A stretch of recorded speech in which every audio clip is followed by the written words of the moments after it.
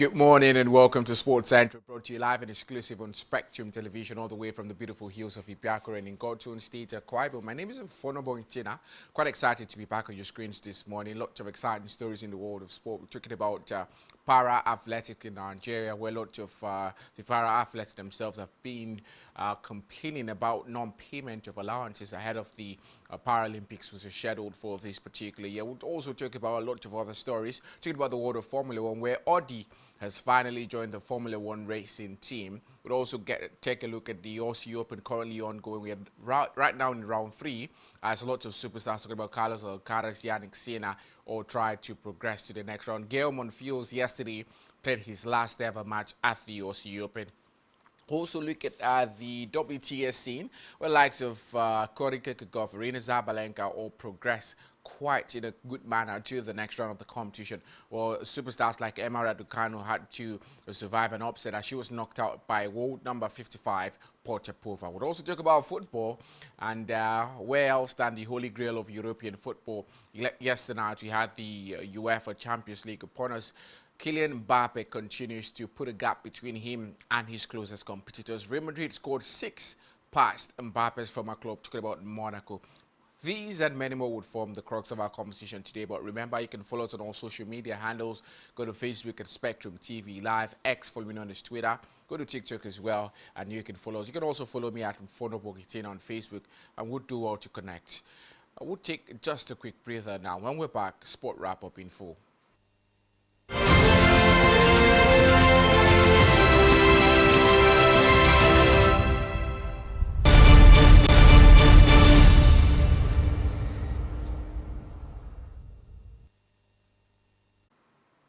Thanks for staying tuned. And we'll start with Paralympics, where para-athletes who represented Nigeria won the maiden edition of the West Africa Zone A and B Para Games, held from November 20th to December 4th. Last day in Abeokuta, Ogun State, have expressed displeasure over the delay in the payment of their competition allowances, while some also claim they were yet to receive their transport allowances for the event. Nigeria hosted the inaugural West Africa Zone A and B Para Games, with more than 400 athletes from 10 countries taking part in the regional multi-sports competition. The country fielded 190 athletes during the event, according to the chairman of the local organizing committee, Victor Achakbo. Team Nigeria made history by winning the first edition, dominating the competition with an overwhelming medal haul of 59 gold, 39 silver, and 31 bronze medals. Better Republic finished a distant second with 4 gold, 4 silver, and 14 bronze medals, while Ghana claimed third place with 3 gold, 15 silver, and 21 bronze medals. More than a month after the completion of the event, the athletes have decried a delay in the payment of their allowances as they look ahead to a busy 2026 season. In the 2026 budget, the National Sports Commission has set aside 1.28 billion naira for the development of special programs for disabled athletes and officials, as well as a third Para Games, where 1.175 billion naira will be spent on the procurement of sports equipment for para-athletes, including wheelchairs and crutches. However, the athletes feel the NSC should be doing more than statutory procurement and the organization of events. But the president of the Paralympic Committee of Nigeria, Sunday Odebode, however, allayed the fears of the athletes, noting that the allowances would be paid on or before next week, as preparations intensify for the 2026 Commonwealth Games in Glasgow, Scotland, as well as the 2028 Paralympic Games in Los Angeles. And out to tennis, we have the Aussie Open. Carlos Alcaraz bid to complete a career Grand Slam met a major resistance today morning at the Australian Open. But after he battled back from a breakdown in the Titanic opening set against Yannick Hoffmann, the Spaniard separated from the number 102 in the ATP rankings to record his second straight set victory of the Melbourne fortnight at 7-6, 6-3, 6-2.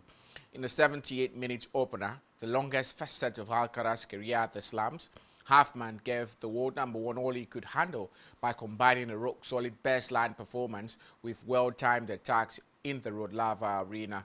The 34-year-old halfman, who got engaged last Thursday in Melbourne, was seeking to become the first player outside the top 100 of the ATP rankings, defeats Alcaraz at a major.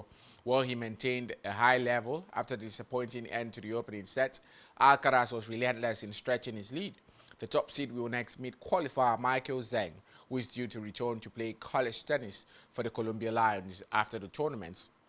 Or 32nd seed Corentin Moutet in the third round. Alcaraz is 2 wins away from matching his best Australian Open result. That's a quarterfinal in each of the past 2 years. The 22-year-old is seeking to become the youngest man in history to complete the career Grand Slam in singles and the youngest in the Open era to win 7 major singles titles. Now to the WTA scene, where Raducanu looked below par in an Australian Open second-round defeat by Austria's Anastasia Potapova that denied the Briton a meeting with world number 1 Aryna Sabalenka. Raducanu was seeded 28, lost 7-6, 6-2 against 55th ranked Potapova in Melbourne. The British number 1 looked flat in a mood and movement, with mistakes coming from all parts of her game. 23-year-old lacked certainty in the forehand. She has recently tweaked, while a wild drive volley at an important stage in the first set and a double fault to hand over a break for 4-1 in the second further added to her discomfort. Former US Open champion Raducanu, seated at a Grand Slam for the first time in more than 3 years, had her off-season disrupted by a foot injury and did not return to court for heating sessions until 20th December. Where Raducanu improved to beat 197 ranked Manachania in the first round, she looked undercooked against Potapova. Eyes had inevitably drawn towards the potential meeting with Sabalenka, but this loss was a sharp reminder of where Raducanu levels remains.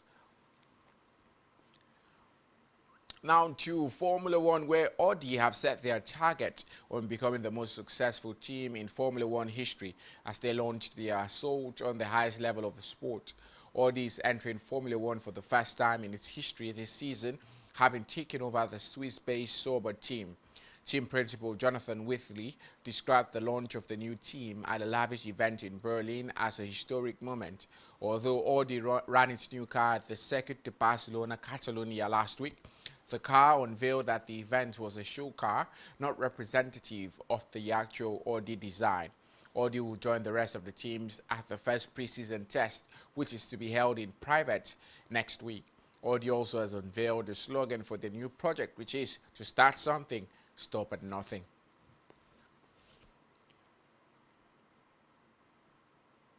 Now to the exciting world of football, where Kylian Mbappe scored twice, with Jude Bellingham also on target, as Real Madrid thrashed Monaco in Alvaro Arbeloa's first Champions League game in charge of the Spanish side. The 15-time European champions only needed 5 minutes before they took the lead against Monaco, whose former player hurt them yet again. Franco Masantuano made a bright run down the right, and Fed captain Federico Valverde, who found Mbappe, to fire a low right-footed shot into the bottom corner. Mbappe is also the top scorer in this season's Champions League and got his 11th goal when Real Madrid doubled the advantage in the 26th minute. Real added a third in the 51st minute when 18-year-old player, talking about Argentine international Mastantuano, finished well first time for his first Champions League goal after superb work from Vinicius Jr. The Brazil forward created the 4th goal as well, with his low cross steered into his own goal by former West Ham defender Thilo Kehrer. Vinicius Jr., also criticized by supporters, capped a superb individual performance by blasting a fifth with the ball going in off the underside of the crossbar. Monaco pulled the goal back as Real Madrid lost possession when playing out from defense, and Jordan Telles, who had earlier hit the crossbar, took advantage, but English midfielder Bellingham restored his side's 5-goal lead by taking the ball around Philippe Kohn for his first goal of 2026. The result leaves Real second in the table on 15 points from their 7 Champions League games, and a positive result away at Benfica on the 28th of January would take them into the last 16 and avoid a 2-legged knockout playoff.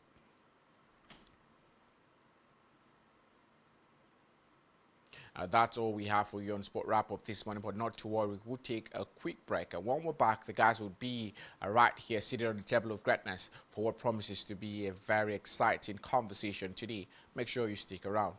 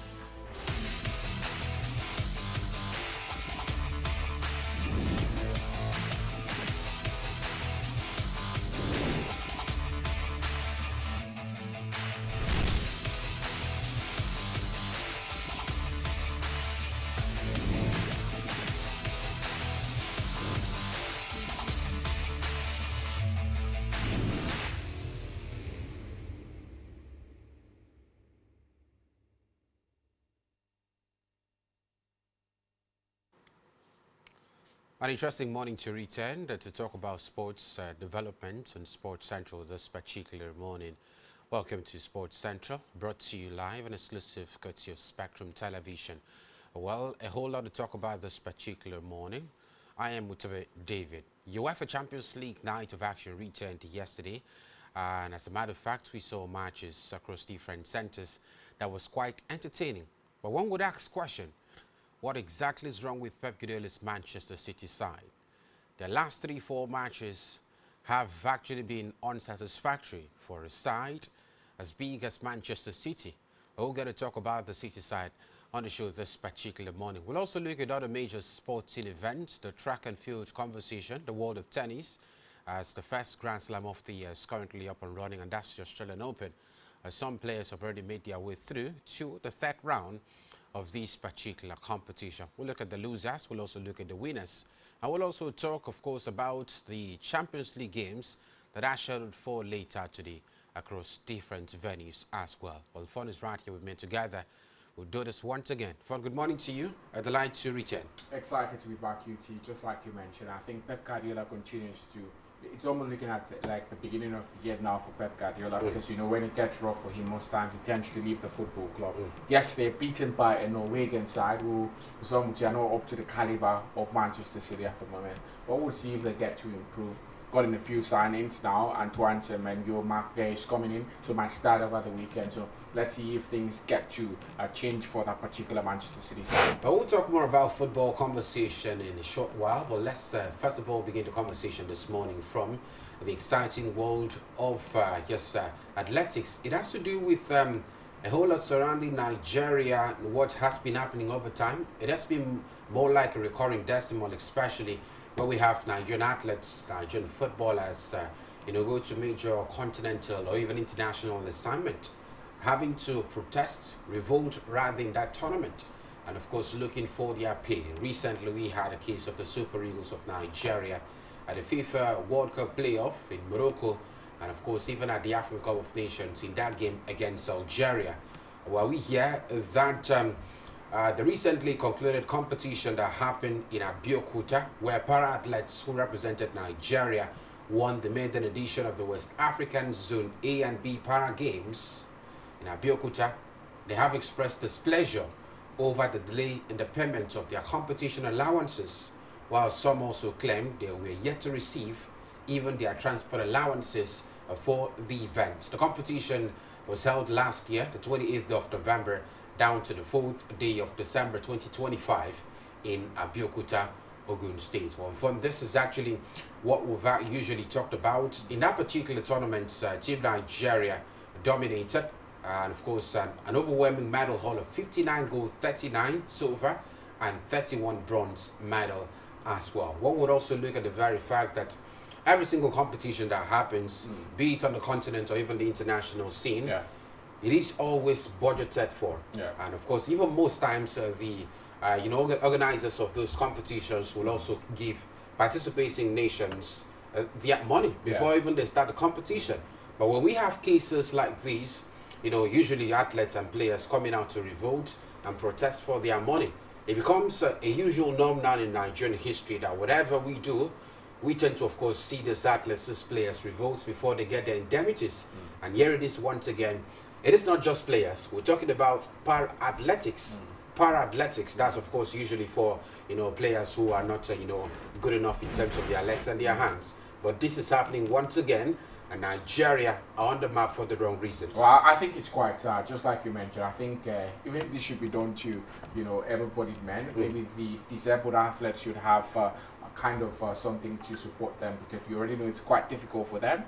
Most of these athletes rely on special transportation systems, rely on special systems to help them carry out the day-to-day activities. So when you now withhold their allowances from them, making life extra difficult on top of how difficult it is already. So it's quite sad to see what the NSC is doing. For the chairman of the Paralympics Committee in Nigeria has come out to say that before the end of the week that the athletes would get what's due them. So let's just hope that happens, because looking at the talking about it in Sport Wrap Up, looking at the amount of money which was put in the budget for the Paralympic side for the para athletes is over 1 billion naira. So when there's someone sitting somewhere, on top of 1 billion and refuses to dish it out to people who deserve it, I think it's quite sad. Let's hope this is going to be a thing of the past for Nigeria in the coming days. Well, of course, we're going to look at all of these, and in no distant time we'll follow up the story and know exactly and whether or not these para-athletes have actually been paid their indemnities. But we quickly look at other conversation. Well, the year 2026 is here, and several nations are actually drawing up their calendars ahead of another busy year. Talk about 2026. One of such federation is the Nigerian Aquatics Federation. They have unveiled its 2026 program of activities, presenting a detailed calendar of swimming competitions, development programs, coaching certification courses, and even international engagements across the year. We hear that the shuttle opens in January with a coaches training program in Lagos, and in February we would have a swimming which will feature prominently at the second Niger Delta Games scheduled for February in Benin City. We'll also have, of course, a swimming competition much later in March. We hear that swimming competition would be for under 15, particularly in Abuja, across several schools in Abuja. So we'll also have the North Central Zone, competition, and even competition in April sometime in Lagos. So we're also looking forward to all of these. And when it comes, trust us, we'll also let you updated as regards what's happening across this particular federation. But let's quickly look at the Australian Open, the first Grand Slam of the year, as matches happened just yesterday across different centers. One of such as Carlos Alcaraz, the Spanish international, doing quite better for himself. The man's beat to complete a career Grand Slam met major resistance just yesterday at the Australian Open, but he battled from a breakdown in that particular game against Yannick Hoffmann, but the Spaniard separated from number 102 in the ATP rankings to record his second straight set victory at the Melbourne, and 7-6, 6-3, 6-2 win over Yannick Hoffmann. And the man has now advanced to the next stage, and of course it is the round 2 of the Australian Open even at the moment. Well, for one of the contenders for the Australian Open title are doing quite well in the first round of his particular competition. Well, many would look at Yannick Hoffmann, not to Tottenham particularly, a man outside the top 100, but a good start for the man. Talking about Carlos Alcaraz. Yeah, I would say a good start for him, especially when you had to get into the deep waters of the fight in this particular game. 78 minutes is the time that some tennis superstars used to finish the whole match. But when you use 78 minutes, that's over 1 hour and 18 minutes to just get done with the first set. It shows you how difficult the game was. But good for Carlos Alcaraz, he was able to snap that, put that behind him, and get on with the match, completing the stretch sets. Congratulations to him. Now into the round 3 of the competition. The past edition of the competition, he's finished in the quarterfinal stage of it, so he'll be hoping to do better in this particular year, because the Australian Open looks like a competition that's not really favoured him in time past. In fact, it's the only competition that's eluded him when you talk about the Grand Slams. He's won every other Grand Slam apart from the Aussie Open. So he's going to be looking forward to seeing how he can change that fortune for himself. For Yannick Hoffmann, I would say he gave a good account of himself. When you are outside the top 100 in the world and you're playing against the world number 1 and you're able to drag him into such a fight, I think it's going to be it's something that speaks volume of your quality. And some would say probably if you met an opponent who was more of your level, maybe you could get the picture of that opponent. So Yannick Hoffmann has to hold his head high up there, maybe get into the next competitions. Might not really win a lot of Grand Slams. This might not really do well at Grand Slams, but we still have ATP 250 events, 500 and 1000 as well. So I'm expecting to see more of Yannick Hoffmann and Carlos Alcaraz for him. Now into round 3. Let's see how he ends this particular competition. Well, of course, we're looking forward to what happens for the man Carlos Alcaraz. Can he go straight to the finals of this particular competition? A big question that is actually begging for answers. Away from that, Gil Monfils has actually had an emotional speech yesterday after being defeated in that particular game. He was actually defeated by a local qualifier, Danaya Swinley, 6-7, 7-5, 6-4, 7-5, and just yesterday. It was his 20th appearance at the Australian Open, his 69th Grand Slam appearance, and his second round encounter against number 8 Ben Shelton had loomed for Monfils for much of the afternoon as a capacity crowd rather the arena sang and rolled his name. But unfortunately, the man was bonded out by a 24-year-old, and that's what it is at the moment. Away from that now, Andrew Rublev and the man Fokia are also both advanced to the next round of the Australian Open competition. But we won't dwell much on that. We'll talk about Emma Raducanu, a 2021 US Open champion. Well, she was beaten just yesterday by the lady. Talk about Potapova. Well, Lady Raducanu, they were, of course, a potential fixture between herself and Zabalenka had she progressed from this particular round of a competition to the next. But it was unfortunate she played below par in terms of performance, and she was being defeated by Austria's Anastasia Potapova. It ended 7-6, 6-2 against the 55th ranked Potapova in Melbourne. The British number 1 looked quite flat in that particular game, and unfortunately, she has been bonded out once again at the early stage of this particular competition. Well, fun same story for Emma Raducanu on inconsistency. This time around, it wasn't a case of injury worries, but a case of being outclassed by Potapova. I think it's quite sad for Emma Raducanu. You know, at this point, some would expect her to be more mature. 23 years of age, so she's played in Grand Slam for quite a long time now, 3 seasons in a row. This is the first time she's been seated at the Grand Slam to show how poor she's been doing in all of the years. So some would expect her to do better now, but she's still finding her legs sort of in this particular game. So in this particular event, so it's quite sad for Emma Raducanu, but I would say it's something that we've gotten used to as pundits, we've gotten used to as sport analysts, because we always talk about Raducanu in the bad light. Now she almost seems to not be unable to regain that form that saw her win the US Open in 2021. And it's almost looking as if it was a fluke, a complete fluke, and something that would never happen again. But you can never write yourself, especially someone as young as Emma Raducanu. I would just say, if I was her, I would take a break, maybe 1 year break, sit out and try to revitalize yourself, and you might come back with a resurgence. That's just it, because at the moment she keeps doing something, it's not working. You do something time and time again, it's not having any positive result for her. So it's quite sad, but let's see what happens for her in the future. But I'm very disappointed to see her get knocked out at such an early stage of the US Open, the first Grand Slam of the year. When you start your year on a bad note, there's that possibility that the rest of your year might just be bad for you, because you have that confidence problem now. It's setting. Maybe I'm not that good. Maybe it's going to be the same thing over and over again. But when you start on a good note, the momentum sets in. You start, approaching games with confidence. For Emma Raducanu, it looks like it might just be a very, very long season for her. A very long season for Emma Raducanu. Her potential next round opponents in the next competition that she would have faced, Aryna Zabalenka, also progressed to the next stage of a competition. And at the moment, Aryna Zabalenka, up next for her would be a game against Potapova in the next round of the competition. The lady Cory Kokogov also, of course, advanced to the third round of this particular competition, and to a large extent, it was something very handy for Kokogov in this particular game. She got the better of Olga Danilovic in Melbourne. It ended 6-2, 6-2.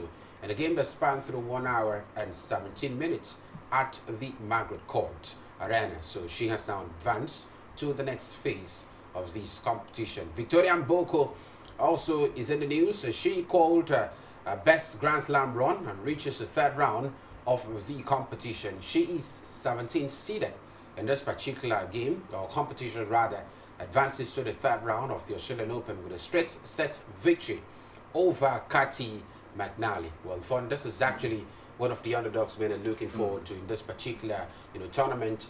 Maybe to a large extent, not actually an underdog, but a young star, which many are looking at a remarkable progress and where and how far she can actually finish at this particular major Grand Slam.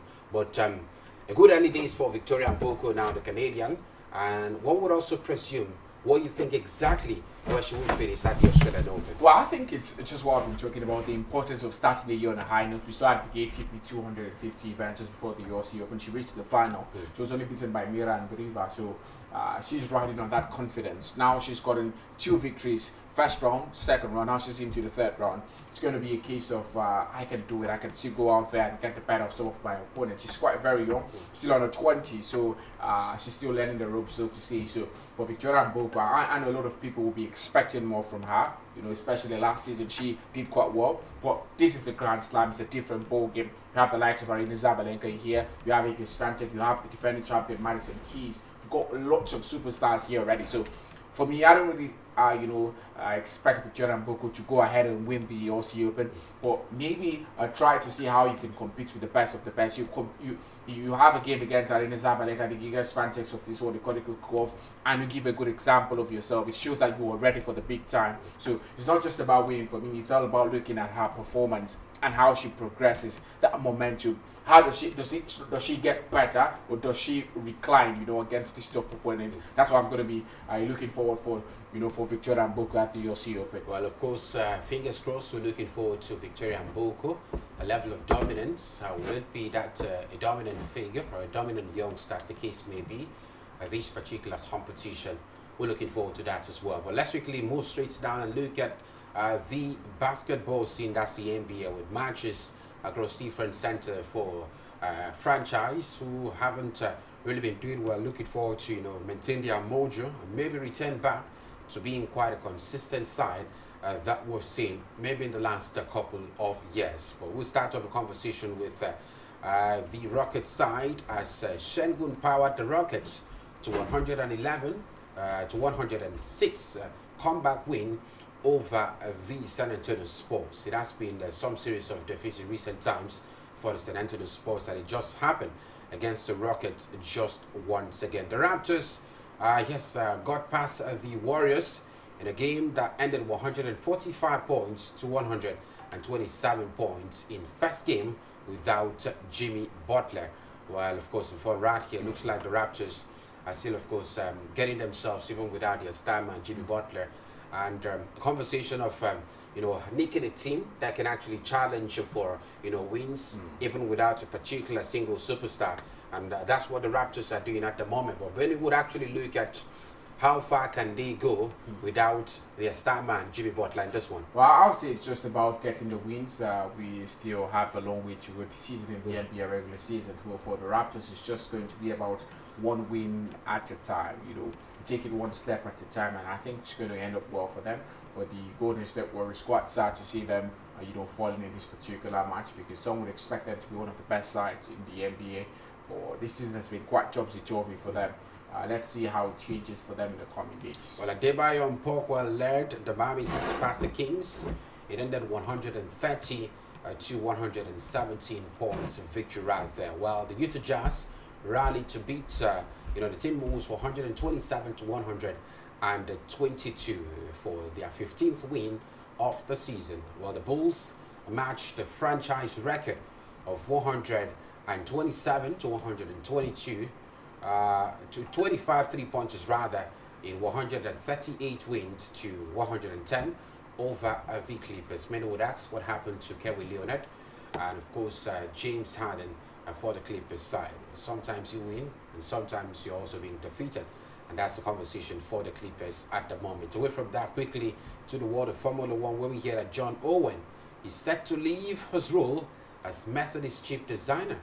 Well, will it be quite consequential for Team Mercedes in the new year 2026? They have been below par in terms of level of competition in the last 2 years. What next for Team Mercedes? We also hear that Audi aim to be the most successful Formula One team in history. That's Team Audi. We're looking forward to that as well. But just quickly before we talk about football conversation, Team Mercedes now, it looks like we may just see a whole lot of changes for the side, especially it started off last year when Lewis Hamilton left the side, and of course, unfortunately, couldn't do well for Team Ferrari. But now at the moment, many looking at some remodeling in that Team Mercedes side to get them back to being quite competitive. Yeah, definitely, I would say for John Owen, he's been at the side for quite a long time. He's set to leave at the end of the season. No, it's not leaving at the start of the season, at the end of the season. So it's just about trying to bring in his replacement to understudy the man and maybe get to learn and even surpass what he's been able to do for Team Mercedes. But actually, I think Mercedes need a lot of work to be done because they have to catch up with a lot of franchises who are doing quite well at the moment. Talking about likes of Max Verstappen and his side McLaren, so they have a lot of work to do, and I would say it's a good direction to try to replace the old tiring hands with new ones, so you can have more productivity in your team. All right, so looking forward to that as well. But we hit the brakes right here. When we return, we'll look at football conversations, the UEFA Champions League, major conversation on the show. Do stay with us.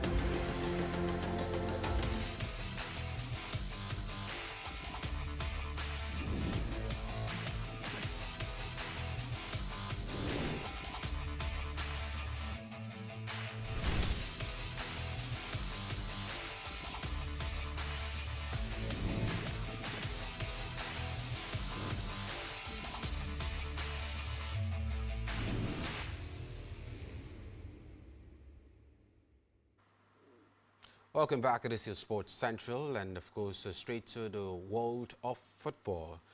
Before we talk about the Champions League, the Qatari side talk about Al Ahly FC have officially confirmed the signing of former Super Eagles captain William Troost Ekong.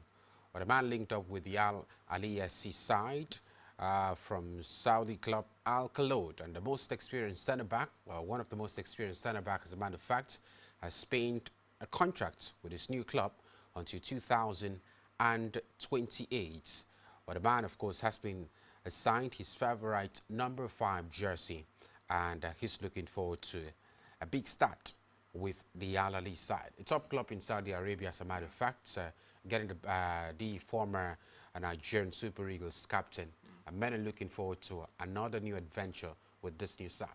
Yeah, it's just about William Troost-Ekong trying to enjoy what's left of his career. Yeah. I know he doesn't have much left. He's retired from international football already, so just trying to move and maybe earn more money.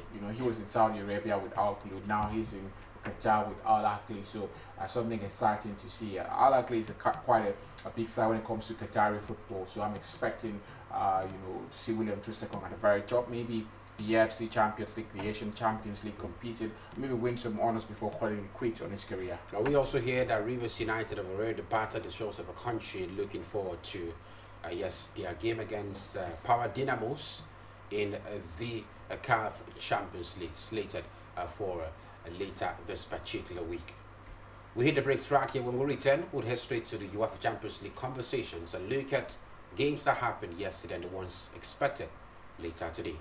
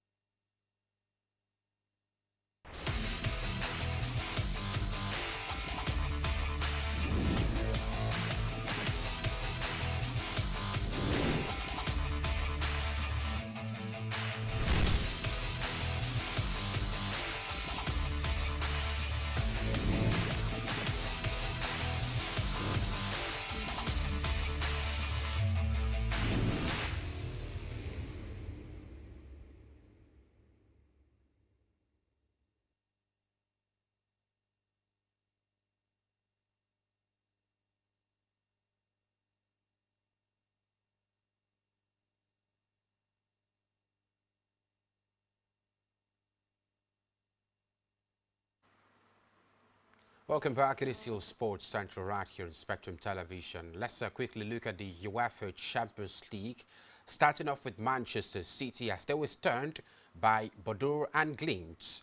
As Rodri also saw a red card in that particular game. Well, heading to that fixture, there were actually numerous concerns basically about Manchester City. The last few games in the English Premier League, making their last 3 games in the English Premier League, they have been winless. And many thought there would be a revival right here in the UEFA Champions League against a not-so-top Pavos FC side.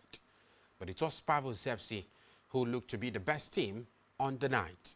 And many would actually ask questions in fun. What exactly is wrong with this Pep Guardiola side?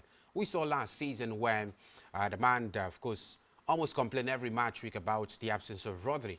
But Rodri is now with the side. They had, before the Manchester Derby rather, they drew 2 games before that Manchester Derby. Lost the Manchester Derby to Manchester United, and now against Pavos FC, even with a former Ballon d'Or winner, Rodri, being part of the team. What exactly do you think is wrong with Manchester City? I'll say it's all encompassing at this point. It's just Pep Guardiola going through that, point in his career where he likes to overthink, and also loss of players. You cannot rule out that the fact that Pep Guardiola has lost a lot of players to injuries. Which departments exactly? In the defense. Yesterday was Max Allen. Yeah, what would also look at the defense line? Yeah, there has been in goals. But what happens to the attack line? Exactly. The last few games, they've also been tactically toothless. Well, you cannot look at one department without the other. I think it's all about teamwork. When your defense is being consistently breached, you as an attacker, you might even forget about attacking and have to double up on your defensive duties. That's just it. So when an attacker now has to help the defense with his work, it's going to affect his attacking, input in the game. So that's just it for Manchester City. I don't see it getting better because bulk of these players, we know Mbappe is coming in, but Mbappe, is he really going to be able to change what's happening at Manchester City? Even the likes of Antoine Semenyo, who was brought in and hit the ground running. First 2 games had goal involvement. Now the man looks like a shadow of himself, not really having a lot of things to do. I think it's just about Pep Guardiola. Yesterday I saw him playing Ryan Aitnori, who is a left back, at the right back position. I'm asking the question, why is that so? Play Nico O'Reilly, who is a midfielder at the left back. I think he's doing too much. He should just use players who are meant for particular positions in that position. Away from that, we also saw other matches, particularly for these UEFA Champions League games. Dominant Arsenal getting the better of Inter Milan to still stay top of the UEFA Champions League table. It ended in favor of Arsenal 3-1. Both Arsenal strikers were under scorched. Gabriel Jesus had a brace in that particular game, and Victor Gyökeres also scored in the game. Prior to the game, Gabriel Jesus said he wants to stay at Arsenal beyond his current contract that will expire in 2027. And that's a big signal for Mikel Arteta and the club's hierarchy to consider extending his contract. Well, other games also happened. Kylian Mbappe doubled Real Madrid lead at some point in the game to get them past Monaco.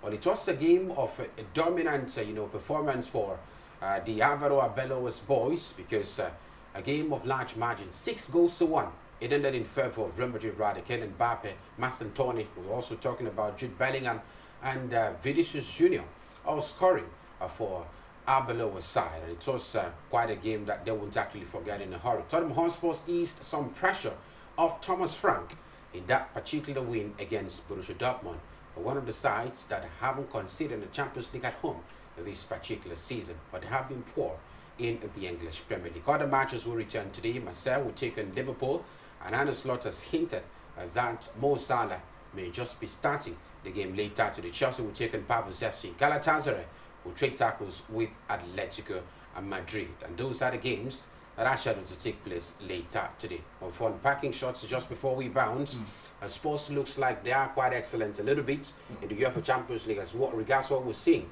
in the English Premier League. I would say it's just about taking that form back to the Premier League now, building on that. Dominic Sri Lanka returned yesterday with a goal, so it's something that could also count in their favour now. But some would say maybe the game helped them.